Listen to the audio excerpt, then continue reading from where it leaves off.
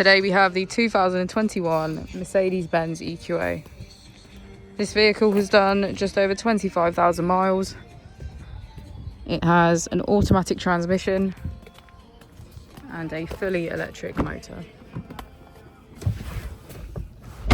To the left of our steering wheel, we have voice control as a feature, and on the right we have cruise control and automatic headlights. Moving on to our screen, we can access our setup assistant, vehicle settings, navigation, radio and media, and smartphone integration. If we put the vehicle into reverse, we can see that it comes with a parking camera with front and rear parking sensors. Just below we have our AC, and as we go into the back of our vehicle, we can see that all of our seats have a black leather trim and get a good view of our panoramic roof.